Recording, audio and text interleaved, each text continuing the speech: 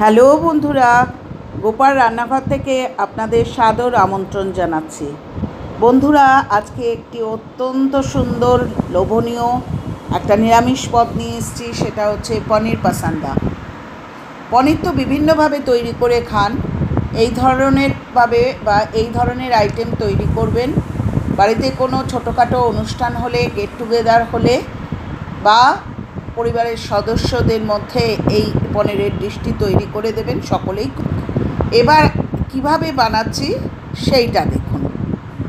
বন্ধুরা, প্রথমে আমি বাজার থেকে হাফ কিলো পনির নিয়ে এসেছি। পনিরটা আমি মালাই পনির নিয়ে এসেছি।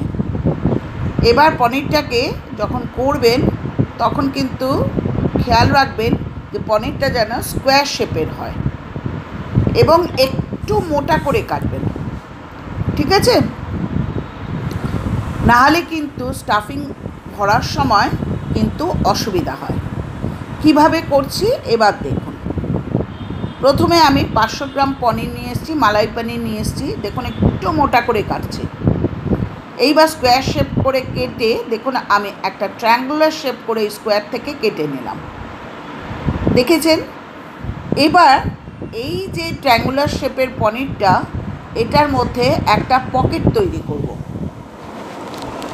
দেখুন আমি পকেট তৈরি করছি, অর্থাৎ আমি যে কোনো দিক থেকেই হোক না কেন মাঝ বরাবর কেটে নেব, তবে একদম শেষ প্রান্তটা কাটবেন না, তাহলে সেটা বেরিয়ে যায়, স্টাফিং ভরলেও সেটা বেরিয়ে যায়। দেখুন একটা পকেট তৈরি করেছি। এইভাবে আপনি যে কটা করবেন সে কটার এরকম পকেট তৈরি করে নেবেন।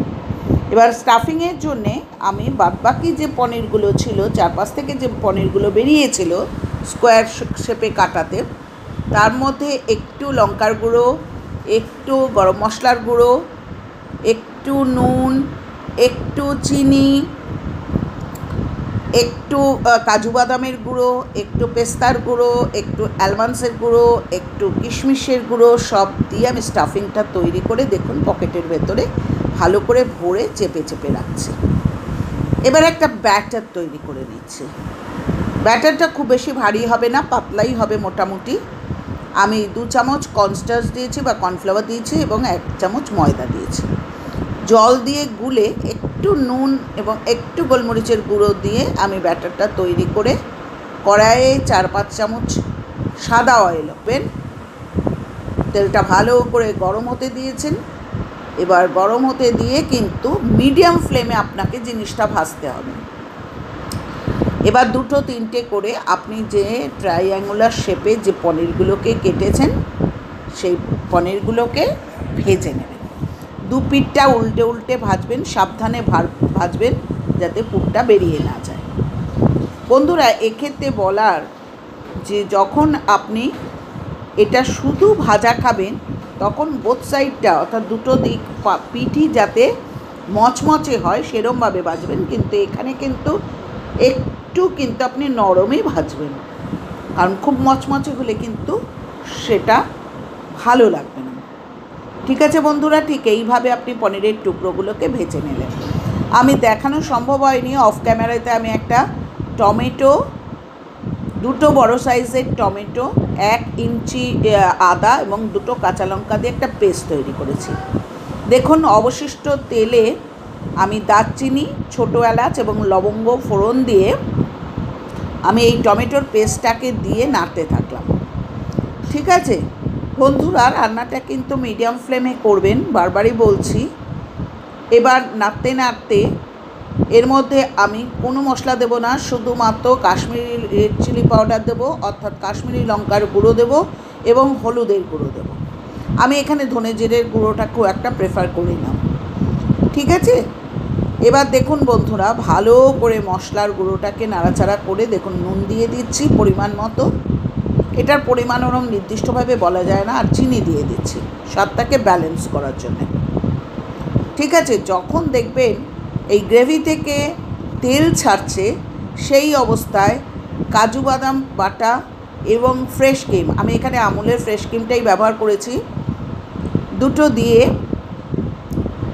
খানিকক্ষণ ফুটতে দেবেন। তারপর এই যে পনিরের টুকরোগুলো দিয়ে খানিকক্ষণ ফুটতে দেবেন, কিন্তু অল্প আছে, বোথ সাইডটা উল্টে পাল্টে দেবেন। তৈরি আমার পনির পাসান্দা। অতি উপাদেয় আইটেম এটা। যে কোনো অনুষ্ঠানে, বাড়িতে গেস্ট আসবে বা ছোটোখাটো গেট টুগেদার হবে, কিংবা জন্মদিনের কোনো অনুষ্ঠান বা কোনো পুজো আর্চার দিনে এই পনির পাসান্দা কিন্তু লুচি, পরাটা, ফ্রাইড রাইস, পোলাও, যে কোনো জিনিসের সাথে খুব ভালোভাবে খেতে পারবেন এবং পরিবারের সদস্যরাও অত্যন্ত খুশি হয়ে যাবে। বন্ধুরা, জিনিসটা করার সময় কিন্তু একটু খেয়াল রাখবেন যে আমি এখানে ব্যবহার করিনি, আপনি প্রয়োজনে ওপর থেকে ফ্রেশ ক্রিম এবং দিয়ে নামাতে পারেন। আমি এখানে একটু ঘি এবং গরম মশলা দিয়েছি, ঠিক আছে। ওপর থেকে কিন্তু ফ্রেশ ক্রিম এবং তোমার কি বলে গরম মশলা দিতে পারেন, কিন্তু আমি এখানে একটু ঘি আর গরম মশলা দিয়েছি, আর ওপরে সামান্য দেখুন ধনেপাতা কুচিয়ে দিয়েছি। আর বারবারই বলছি বন্ধুরা, আমি বিভিন্ন আইটেম দেখাচ্ছি, যদি আইটেমগুলো পছন্দ হয় তাহলে পাশে থাকুন, সমর্থন করুন, সাবস্ক্রাইব করুন, লাইক করুন, কমেন্ট করুন, শেয়ার করুন।